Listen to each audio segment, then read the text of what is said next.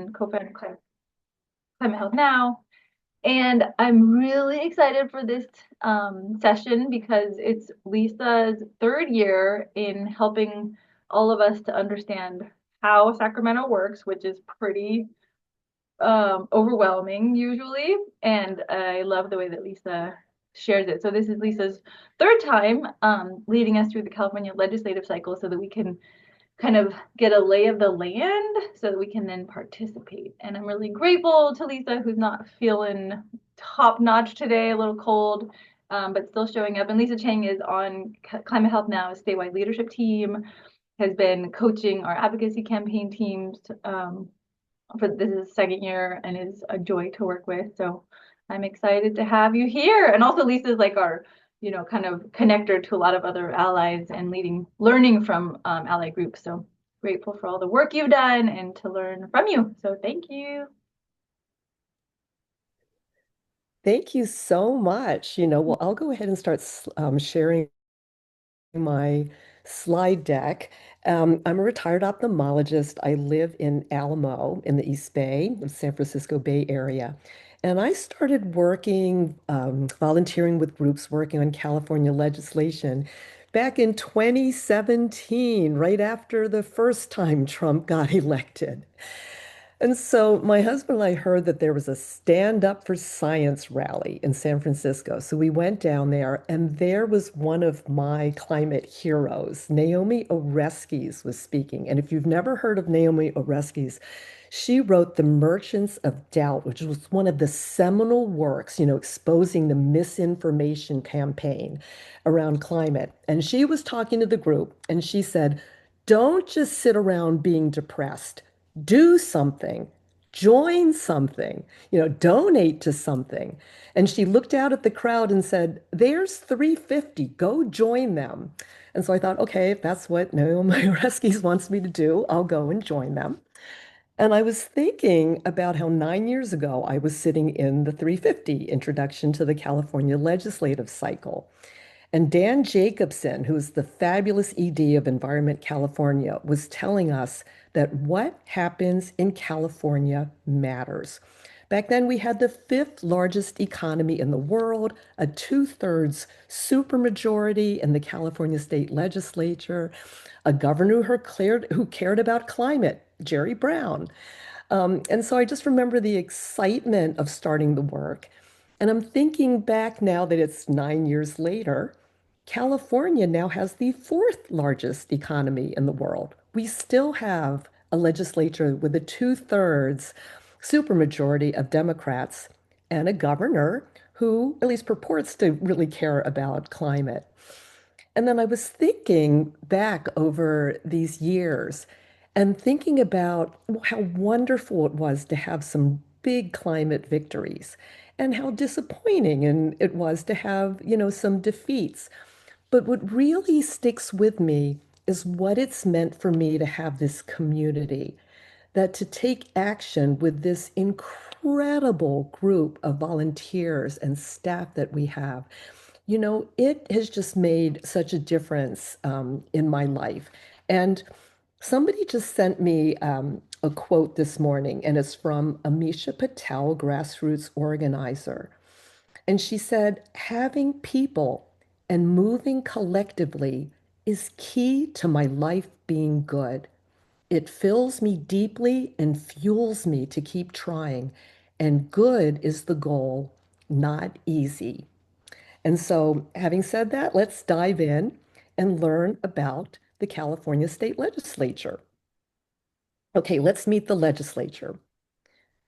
The legislature has two chambers, the state senate and the state assembly. There are 40 state senators. They all serve 4-year terms, and there are 80 state assembly members. Bills have to pass through both of these chambers in order to become laws. And most of the time, we need a simple majority in each chamber for the bills to pass. So in the Senate, we have 40 state senators, so we need 21 votes for a lot of bills to pass. But look, we actually have 30 Dems in the Senate. In the Assembly, we need 41 votes for a lot of bills to pass there. but we have 60 Democrats in the state assembly. We have a comfortable two-thirds majority in both houses. And yet, climate bills are notoriously difficult to pass. And so, why is that? Well, in a nutshell, I think we can blame the oil and gas industry. It is unbelievable how much money they spend lobbying in Sacramento. I mean, it absolutely dwarfs the amount that our little grassroots, climate groups can, put into the mix. We hear a lot about WISPA, the Western States Petroleum Association.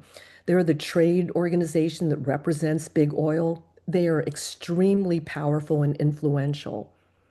I was surprised to find out how much money our utilities spend lobbying, often against clean energy policies. Now, why would they do that? Well, in California, our utilities are not public entities, they're investor owned. So you hear about IOUs, the investor owned utilities. They're for profit, and they make big profits from building infrastructure like transmission lines, like big power plants. And so when we have these wonderful ideas for clean energy to use distributed energy resources, and what does that mean? Distributed resources are, for example, solar or wind, where energy is generated close to where it's used. And there were these amazing ideas. Imagine, if you will, it's a and the grid is barely keeping up with anything. Everybody's got their AC on. So one option is to fire up a gas peaker plant. Very polluting, very expensive. But what if we had what's called a virtual power plant?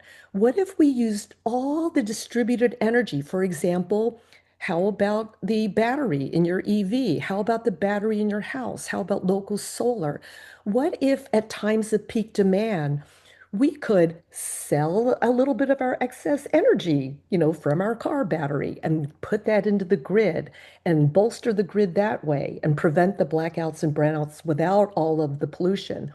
Oh, but that doesn't make money for our IOUs. And so they lobby against those kinds of great bills. Okay, then there are the trade unions. I didn't know anything about the trade unions.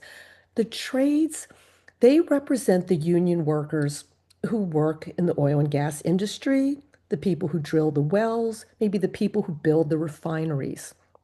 These folks are actually super powerful. There's not a ton of them. Our state has almost 40 million people. Maybe this represents 100,000 people. But it's really, really hard for Democrats to vote against the unions. These union workers are very understandably worried that if we switch over to clean energy, this could impact their jobs, their livelihoods. Oh, but big oil is very, very aware of the fact that it's hard for Democrats to vote against the unions, and they're very quick to take advantage of this. Okay, this year we thought we had great momentum going. We had some incredible bills in the legislature last year. And then suddenly there were two separate announcements that refineries were closing in California. It threw the legislature like into pandemonium. There was this crazy panic that gas prices were going to go up, which is kind of ironic looking at what's going on now, right? And what happened was that there were a couple of bills introduced right at the end of the session that were very hastily passed without really any opportunity for the public to comment. And these bills, among other things, opened up parts of Kern County for more oil drilling. I think it's also important to understand the makeup of the legislature. And the legislature has a bunch of Republicans, they're the minority, and they don't tend to vote ever on climate bills. And then there's some progressive Dems who are pretty reliable votes for climate bills. But then there are some more moderate or conservative Democratic um, legislators who are not climate champions. They might take oil money. And it's really important to find out whether your legislator is kind of in this purple group, I call them, because kind of like at the national level, you don't spend a lot of time, calling into the red states or the blue states. You call into the purple states for your advocacy. And so I put a link to one kind of fun scorecard. I thought we could take a look at that right now. It's the California Environmental Scorecard. And right here, you can put in your address. You can find out who your state senator and who your state assembly members are, and find out whether they're climate champions. You can find if you've got a red state, a blue state, or a purple state person. This website has a lot of interesting information. Like, look down here. I wasn't too surprised at this. The average score for the environment for the Republicans fail 14%, and 90% of the Republicans take oil money. But then look over here at the Dems, 83% average score. Oh, the average score of Democrats who do not take oil money, 89%. The average score of Democrats who do take oil money, 66. Okay, so let's go back up here. Let's enter an address. I decided to use the high school down the road from me. Let's see if it'll come up. Oh, here we go. Okay, so these are my state assembly members. Let's look at our senator, just to look. And let's view this person's environmental score. So you can just go ahead and plug in your address and you can find your legislator. Uh-oh, not too good here. Okay, accepted oil money, 62%. And it'll also tell you how this person voted on the important bills that this scorecard feels is important. And for example, voted yes on this, but that means it's anti-environment. Kind of fun to play around with this. And you can look at the scores, for example, of all the California senators, if I can get that there to open up. Okay, so for example, this is alphabetical. We can look at Ben Allen. Oh, we love Ben Allen, 99% score, 99% lifetime. And then it's got the little icon here that shows that he does not take oil money. Look at Marie Alvarado Gill, Republican. Oops, 10%, lifetime score, 6%, does take oil money. And then let's take someone like Ana Caballero, Democrat. Ooh, 68%, 67% lifetime, does take oil money. If you live in her district, we would love to hear from you because I consider that a moderate, kind of purple type of Dem, and we would want to have constituents in her area who could lobby with us. Okay, let's go back to the slide deck. More roadblocks, the California budget. Oh my goodness, we've had deficits, big deficits the last few years, and that means not a lot of money left for climate programs. And I don't even want to talk at the federal level. That's so obvious to everyone, right? That this is, huge headwinds. Okay, but what does all of this mean for climate health now? Okay, right now, all they're talking about in the legislature, it's economics. It is affordability, it's jobs, it's gas prices. So it's going to be super important for our trusted health voices to get into the mix. We have to remind the legislature it's not just about money, it is about our health, it's about our lives. And by the way, there's also a huge, huge amount of healthcare costs, that are coming from these climate harms. And so this is a great year for we as health folks to speak up in the legislature. Okay, so let's just kind of take a step back and say, how does a bill become law? And what is a bill anyway? So, bills are just ideas for laws. They can come from the legislative offices, but they can also come just from regular citizens, and they can come from groups like the Center for Biological Diversity or the Sierra Club. If a group or individual has an idea for a bill, they have to find a state senator or state assembly member to be the author of the bill. But if you find somebody who said, yes, I'll author your bill, the legislator will send the bill language over to the Legislative Counsel office, and that's where they draft all the official legal language and everything. The legislator will then introduce the bill either at the Senate desk or the Assembly desk, and that's when the bill is given a number. Assembly bills are AB bills, and Senate bills are SB bills. After the bill's introduced, let's say a senator introduces a bill. The bill then has to pass through some Senate policy committees. And if it makes it through the committees, it has to be voted on by all the senators in a floor vote. And if it passes there, then it goes over to the assembly and the whole process is repeated. And of course, if a bill is introduced by an assembly person, it goes through that first house and then goes over to the other side.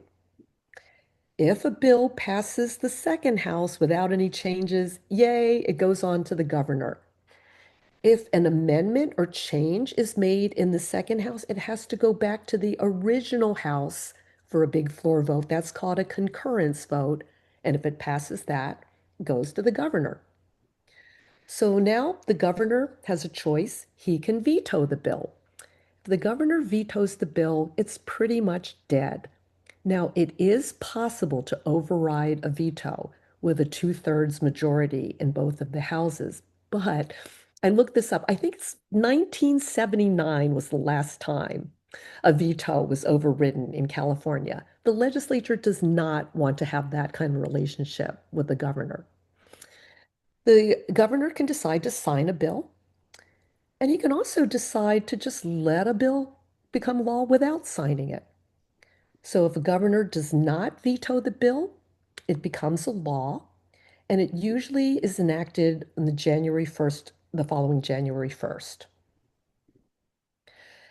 The legislature operates on a 2-year cycle, and we're now in year 2 of the 2025-2026 leg cycle. This is a tougher year. The second year is a tougher year to get bills passed. A bill introduced this year, it's going to pass this year or it's going to die. And in the second year, this is the year when the elections take place. So the assembly members serve 2-year terms, so everybody's thinking about elections, and half of the senators who serve 4-year terms, half of them are thinking about elections, and so they make the legislative session shorter so that people have time to campaign. Whereas a bill that was introduced last year, well, some of those bills passed, some of them died, but every once in a while, a legislator will say, you know, I'm going to hold this bill and make it a 2-year bill because now I have, a little more time to see if I can round up the votes and everything. But we're in the second year, and so this year, it's going to be tough. So now I'm going to go back over these stages in more detail. Now we're going to get the slide deck out to everyone. So hopefully you won't feel like you're going to have to take notes. But that's another reason I kind of wanted this slide deck to be kind of like a reference deck. And so I crammed a lot of material onto these slides. So I apologize for that. But to make it sort of chronologic, here it's March. Where's our bill? Well, it turns out that about a month ago was the deadline for all the new bills to be introduced, and no action can take place on any of the bills for 30 days. And so this is the time where there's a ton of behind the scenes activity going on. So let's say we've heard about a bill, we want to support it. What do? We actually call the author's office.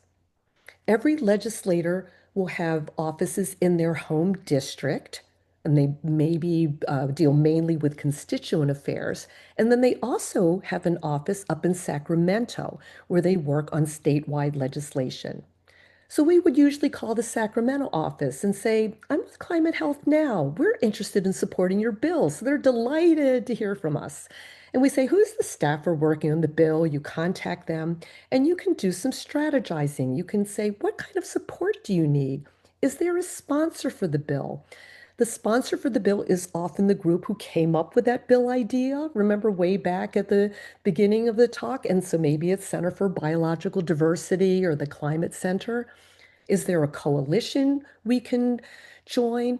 Where do you think this bill might run into trouble? Who's opposing it? And how can we help? Could we provide you with some health talking points, perhaps? Okay, then by the end of the month, we find out that our bill has been assigned to its first committee. And when committee time comes, it's crunch time. So that's why we want to spend the time ahead of time getting organized. Who decides which committee a bill is going to go to? Well, it's the policy committees.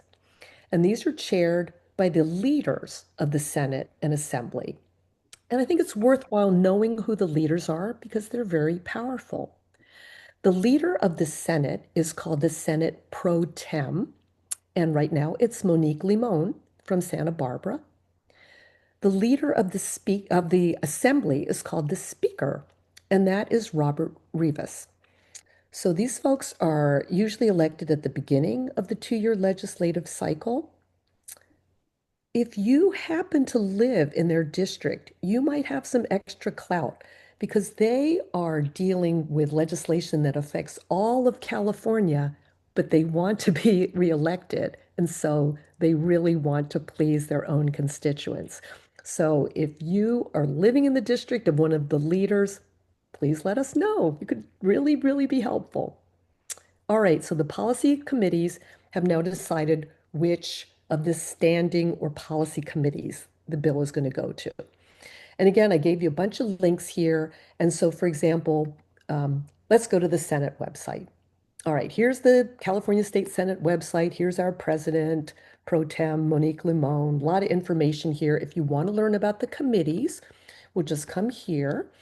And the committees, the standing committees are the policy committees. There are a bunch that our climate bills will often go to. Maybe it'll go to transportation, maybe it'll go to health, maybe it'll go to energy, utilities, and communications.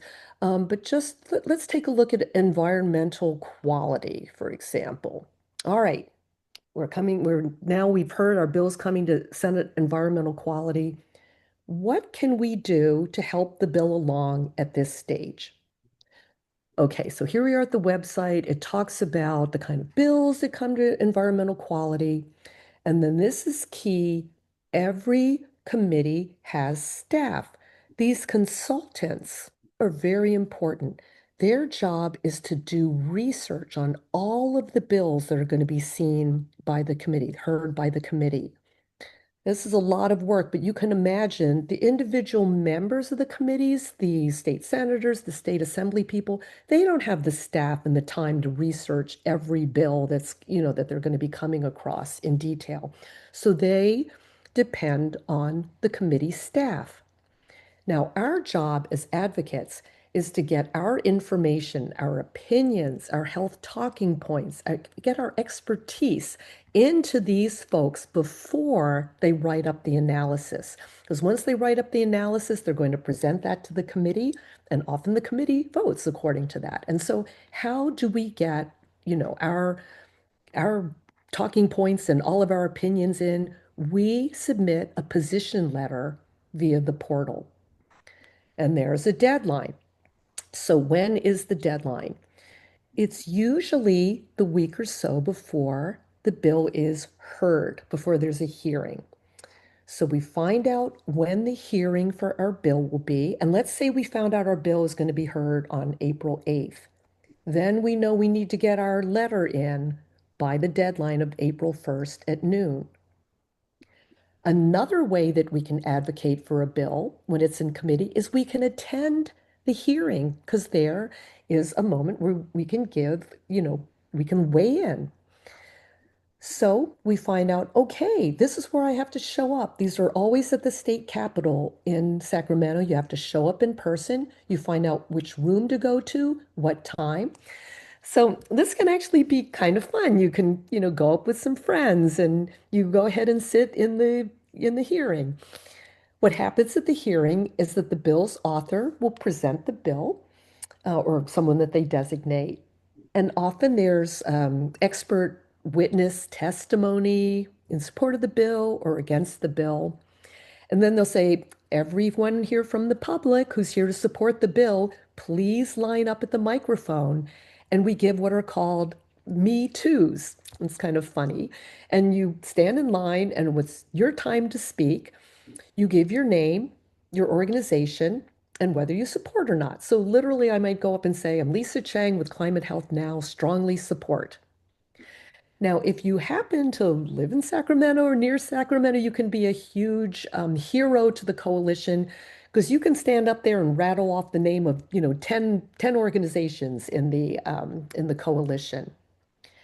After that public input has happened, then usually the committee will vote. The committee can vote to pass the bill. They can vote to pass the bill with amendments or changes, or they can vote to kill the bill. And so it's happened that we'll get all geared up to follow a bill and support a bill, and it dies, never makes it out of its first committee. It's also good to know who the members of the committee are. So here, I pressed on members. The committee chair of this particular committee is Catherine Blakespear, and these are all the members of the committee. Everyone would be welcome to call these committee members and say, gosh, a bill AB 1167 is coming through your committee, and I'd like you to vote yes on that bill. But again, if you happen to live in the district of any of these folks, again, you will have more clout. And so it's very interesting to find out whether your particular legislator is sitting on one of these important committees. Okay, so our bill made it out of committee. It might go on to another committee, and we have to do the whole thing all over again. And if it passes out of committees, the policy committees, most of our bill will end up in appropriations.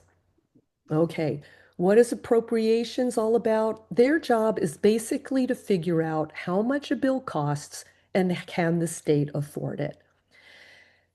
This committee is the hardest one for bills to pass, and it's kind of famous for being very mysterious and opaque. It's kind of like the big black box of this whole process. Well, often here, our bill went into the suspense file. I'm kind of going, well, what does that mean? Well, pretty much all the bills go into the suspense file. Bills go into the suspense file if the cost to the state for this bill is more than $50,000 in the Senate or $150,000 in the Assembly. I mean, that's just like no money at all. So everything goes into suspense. And then we wait. And then we hear there's a suspense hearing and we find out the fate of hundreds of bills. They're just reading off the names of hundreds of bills as they come out of suspense. And it seems that the appropriations chairs have the sole discretion to determine which bills die and which ones make it out.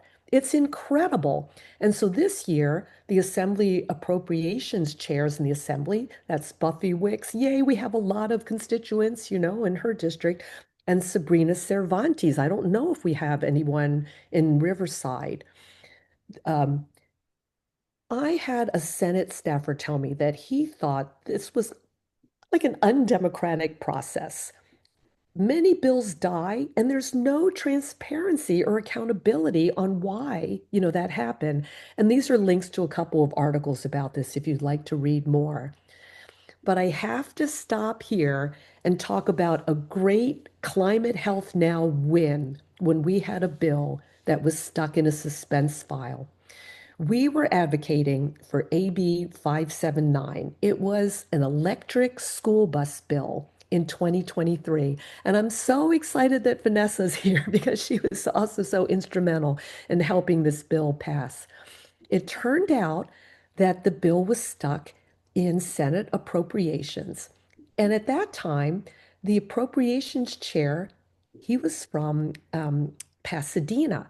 And we had this amazing group of CHN members in Pasadena.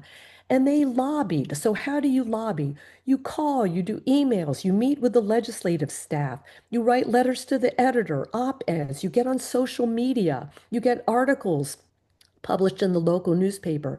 Maybe somebody knows, a city council member, a school board member in that area. And lo and behold, our bill made it out of the Senate Appropriations suspense file. It made it through the floor vote. The governor signed it into a bill. And I really, really think that Climate Health Now was instrumental in getting that bill passed. So, great win. Let's But just say woohoo, now, woohoo. Okay, so our bill made it out of the suspense file. Now it's coming to a floor vote. Okay, sometimes we have no lead time. It can be like 3 days later and it's coming up for a floor vote. And nobody knows whether it's coming out of the suspense file or not. And so we are ready with blasts, maybe to send out to our entire membership because everyone's legislator is now going to be voting on this bill. And I just want to take a moment because I think these blasts can be a little bit confusing when you get one of these, if you're not used to the process. So, what I would suggest, first of all, I have a link here where you can find your legislator. You just put in your address and you find out who your state assembly member is, who your state senator is.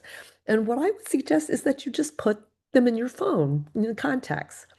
And then when you get a blast from us and it says, please call your state senator to vote yes on so and so, you literally then can just dial them up.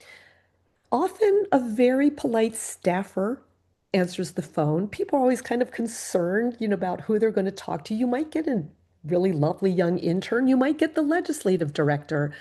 But we have to remember the job of people in these legislative offices is to be nice to the constituents. And so all you need to say, I might say, my name's Lisa Chang. I live in Alamo. They want to know that you're a constituent. So they want to know that you live in the district.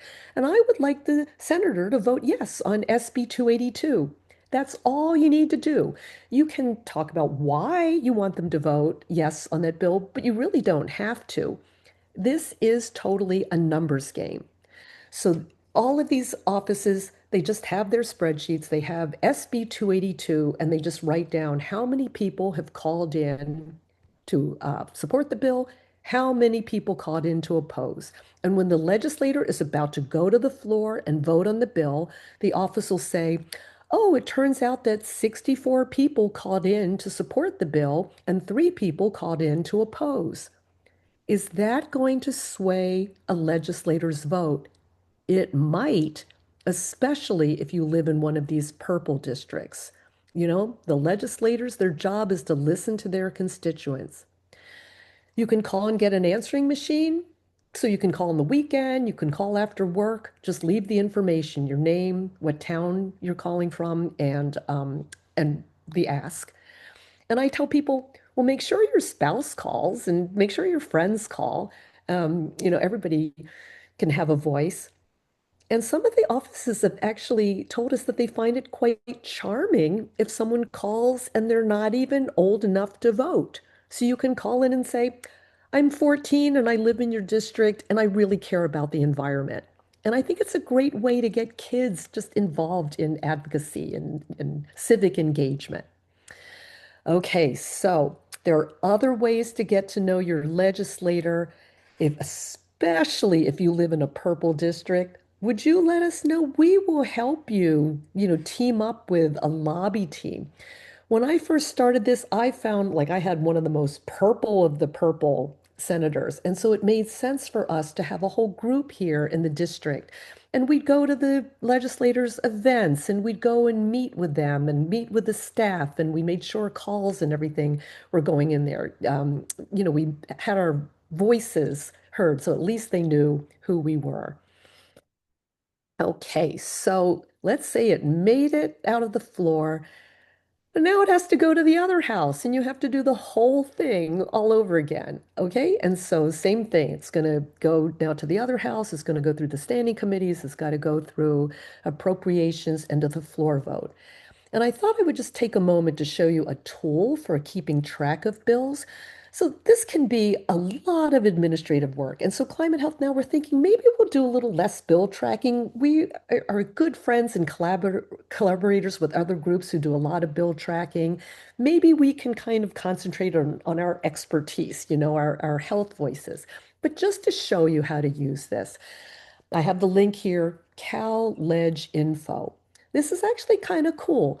This is a way to look up bills. So, for example, you can look up your own legislator and then get a list of all the bills that they decided to author this year.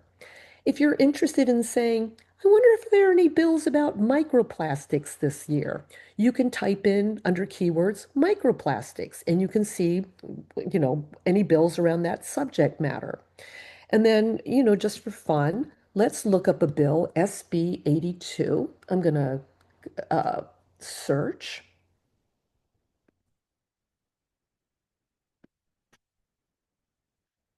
And here it comes, SB 282.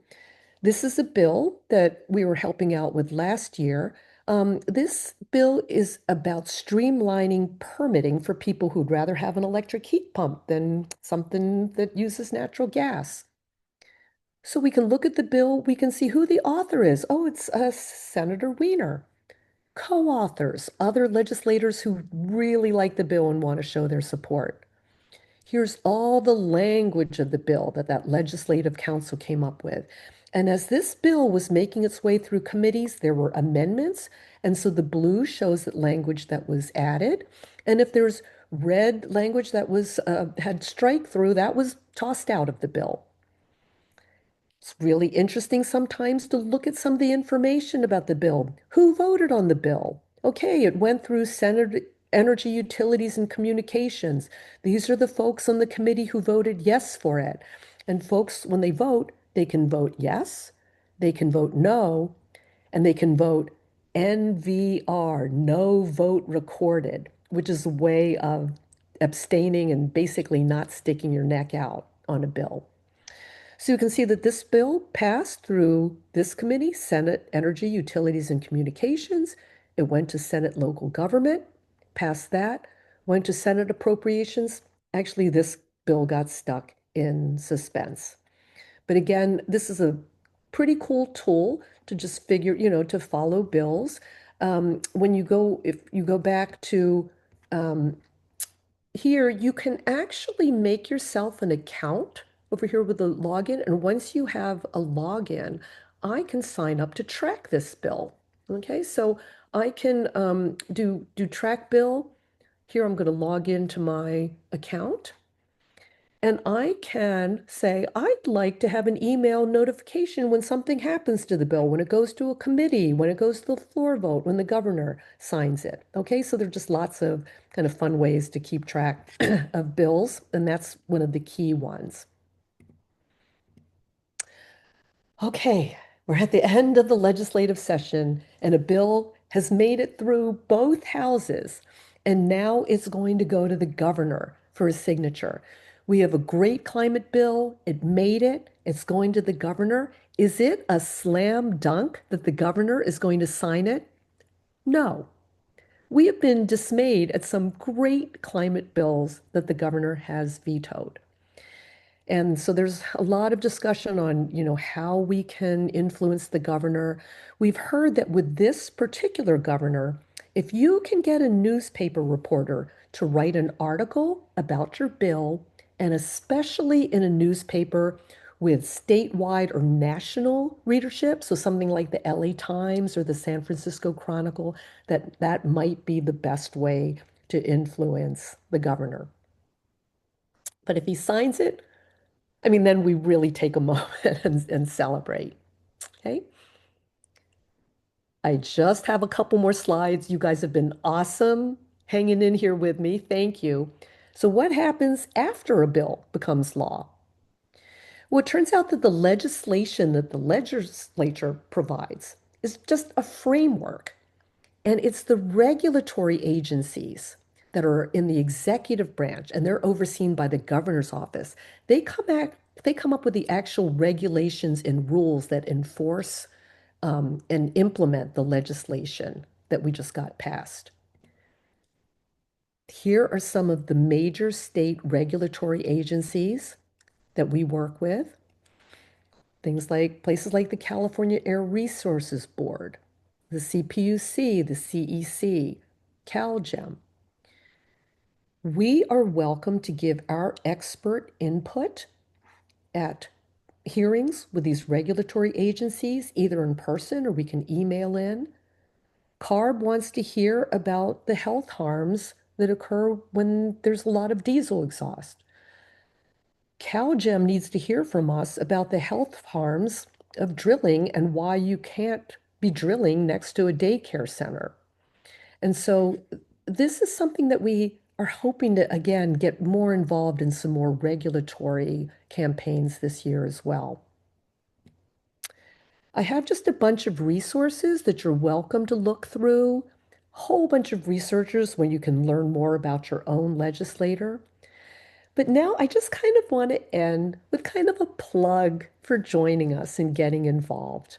This is obviously a long and convoluted process, but you can contribute in little bite-sized ways that are super impactful. I already spoke about calling your legislator when you receive a blast. And by the way, if you want to email, answer the email and say, "Oh, I did it," you will make our day.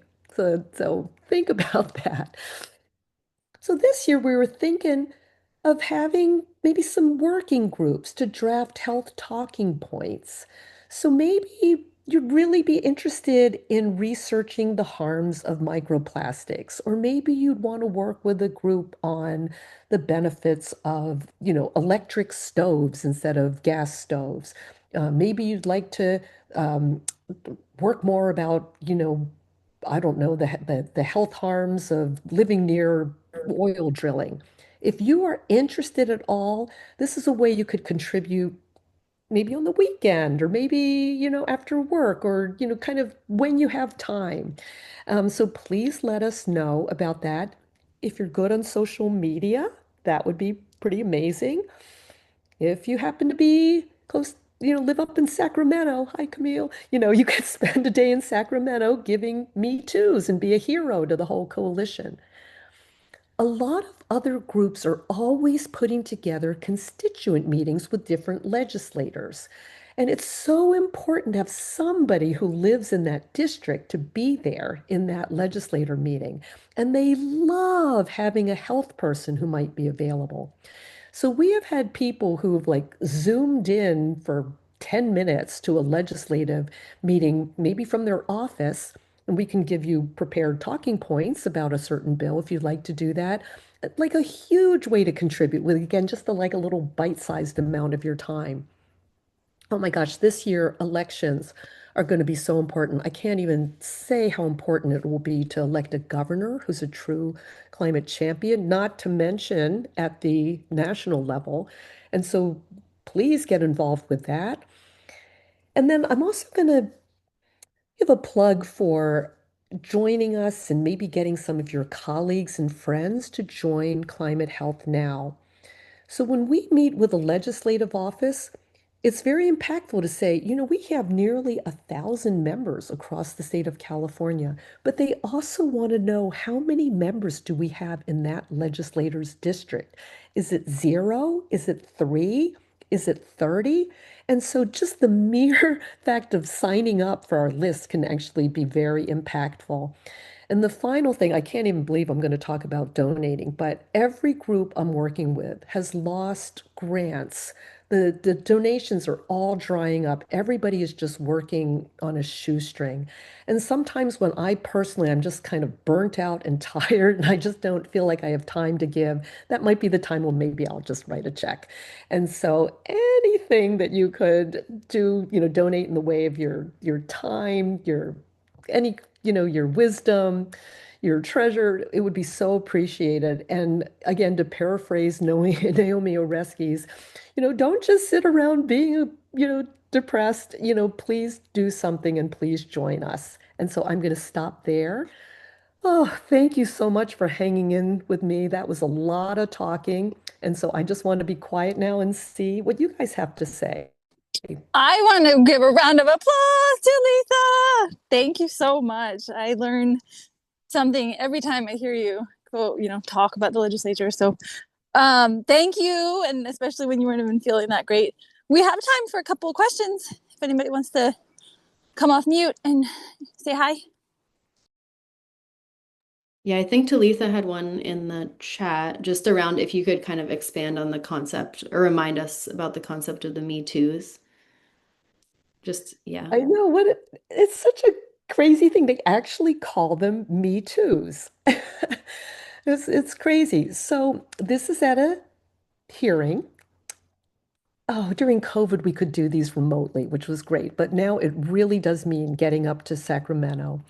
It really does mean finding the room where the hearing is going to be and sitting there. And, on the agenda, there might be 10 bills, and you just sit through all of them. And then all of a sudden, your bill comes up, and they say, everybody who's here speaking on behalf of SB 282, please line up at the microphone.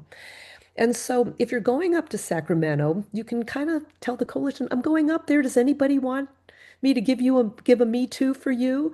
And so I might be at the microphone and saying, I'm Lisa Chang speaking on behalf of Climate Health Now and 350 Bay Area Action and the Climate Center. Strongly support this bill. So it looks bad when nobody is up there to support the bill. And then you have like a whole line of people with their union t-shirts on there speaking in opposition of the bill. And it's the one place where you can visibly be supporting a bill. And the legislators on that committee who are about to make their vote, they can see, wow, there's this huge line of people and all of these organizations speaking in support, versus the folks who are speaking in opposition. Does that answer your question?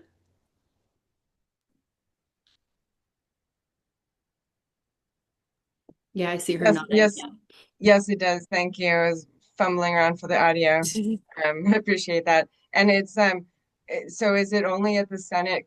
And, like I saw that the Senate or Environmental Committee meets on Wednesdays. It could be for any different, like, are there different committees that are relevant to meet at? Oh, absolutely. You have to find out for your particular bill which committee it's going to and when the hearing is. And again, this is what I was talking about. The administrative work of following a bill can be really tough. And yet, this is there are a lot of groups out there doing this, but they don't have our health expertise. And so it's really great when our partners say, hey, Climate Health Now, we're having a hearing, it's such and such a time. Or, oh, will you guys sign on to our support letter? And then, we can get this into the analysts. Do you have anything you want to add? Can you get a support letter into the analysts before they actually, write up their analysis and present that to the committee? And again, I think this year we're just trying to get a little bit away from just the administrative bureaucratic work of following the bills. Although, if you're interested, it can be really interesting and fun, and I would be glad to show you how to do it. And in fact, I want to make sure, let me make sure I have my contact information because I would welcome everybody. Please email me. I'd love to answer any questions. I've been doing this for a while, but I'm so not an expert. It's such a complicated process, but I do have friends, and I'd be glad to try to find out answers to questions for anyone.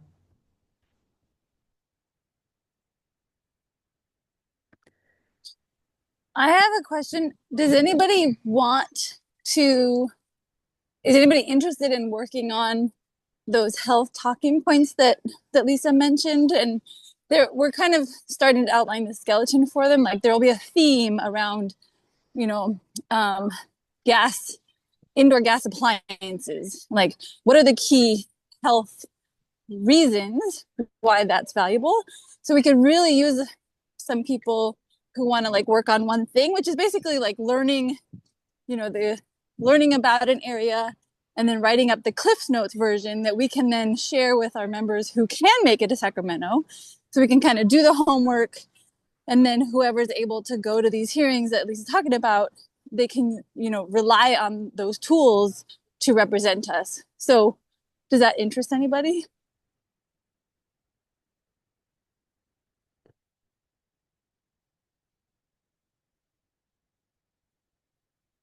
Well, I think you guys already knew, but I'm already on board for making talking points. I just wanted to say that out loud to encourage others as well. That doesn't have to be too big of a commitment, but every little bit really helps.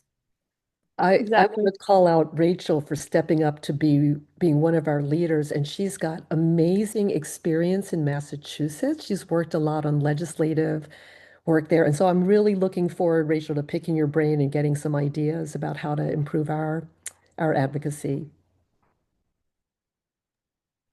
I was, as I mentioned earlier in the chat, I'm going representing Surfrider and Sea Hugger at Oceans Day at the Capitol on April 28th. And once we basically Surfrider will send us the list of bills and talking points for each bill that we're focusing on, right? I can add in a health point of view to those bills as well. So I was thinking maybe Rachel, I could reach out to you to think about talking points when I get the list of bills that that are ocean friendly that we're advocating for. And since it's a Tuesday and I'll be up there, if there's anything else that I'm not sure I'll be able to attend a meeting, if there's any other bill that I should be promoting, I can also add that in. Thank you. That is awesome. That is great. I saw a question in the chat about calling ourselves doctor and whatnot. Yeah, I think when we're advocating for bills, there's no sense being too modest. We really want to have our credentials, prominent, the number of people we represent, just how important we are in the constituency. It's a good time to blow your own horn a little bit.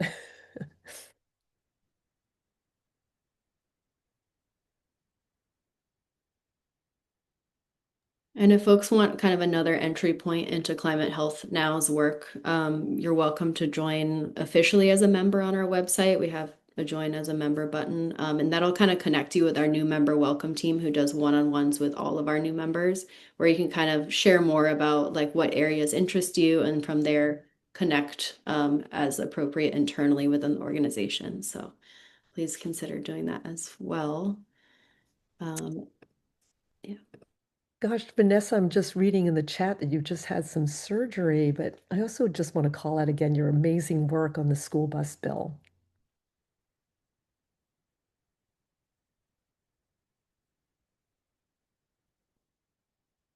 And as we close out, if there's no more questions, I'm just going to put some of our upcoming events as well in the chat. We actually have our new member welcome meeting coming up later this week on Thursday, where we give a broader overview of Climate Health Now's work and just kind of connect folks to the work, take part in action, and really just hear from folks in the room around what kind of inspires them to work on climate and their passions. And then we also have another event coming up next Thursday, which is run by our Culture Club, which is really just kind of like a safe space for anyone interested in the intersection of climate and health to land, kind of a community building team that we have. But we're going to be discussing this particular film that's focused on tar sands in Minnesota and thinking about some of the parallels and environmental activists who are working on that and thinking about some of the parallels to California. So the link is in there. And then we also have, this is under our 501c4 arm, because we have a 501c4 org as well. But basically, our advocacy campaign teams will be announcing CHN Action Fund's campaign priorities. So that'll be a good kind of follow up to this conversation and what, our Action Fund will be supporting for 2026 and how y'all can kind of plug in there. Yes, and I just noticed that Keegan Bowers is here too, another person who stepped up to be one of our advocacy campaign leaders. And Keegan also has a ton of experience with legislative matters. And Keegan, I'm really looking forward to touching base with both you and Rachel to pick your brains and get more great ideas. Oh, absolutely. I'm very excited to start working on having those health talking points, and I'm actually working on the microplastics one now. So if anyone's interested in Ooh. helping put together some of that, I'll put my email in the chat. But so glad to see so many people here. It's very exciting. And Barb Ernie's here. Barb is just one of the most amazing climate activists I know. So great. Oh, thanks, Lisa. Great presentation. I learned a lot and you're a great speaker. Aw. And my buddy Camille lives near Sacramento. Camille, we might all be staying at your house when we're up, coming up to to give our Me Too's. Anytime, anytime. Thank you so much. And I learned so much, Lisa. Really love your passion. I know you've been working on this for a really long time, and I feel honored to be here and to finally step in a bit. Thank you. Oh, so sweet. Thank you. All right, you think we're ready to close out, Lisa? I don't see any other hands raised, but yeah, we're always here for anyone who has more questions and wants to get involved. So thank you so much, Lisa, for stepping up, giving this presentation. Super informative. We'll send out the recording to you all and folks who missed it. So thank you, everyone, and yeah, have a great rest of your day. Thank you. Yes, Woohoo! can you include the chat with, how to reach different people? It's Vanessa. Okay, sounds good. Thank you. Emails. Yeah, have a great one. So much love you, Lisa. Great to see everybody. Thank you so much. Thank you. Thank you. Very masterful, Lisa. I was like, wow, this is like a TED Talk. Aw. I appreciate it. I learned lots. Thank Aw, you. you're too sweet. Thanks, See you Rachel. on Thursday.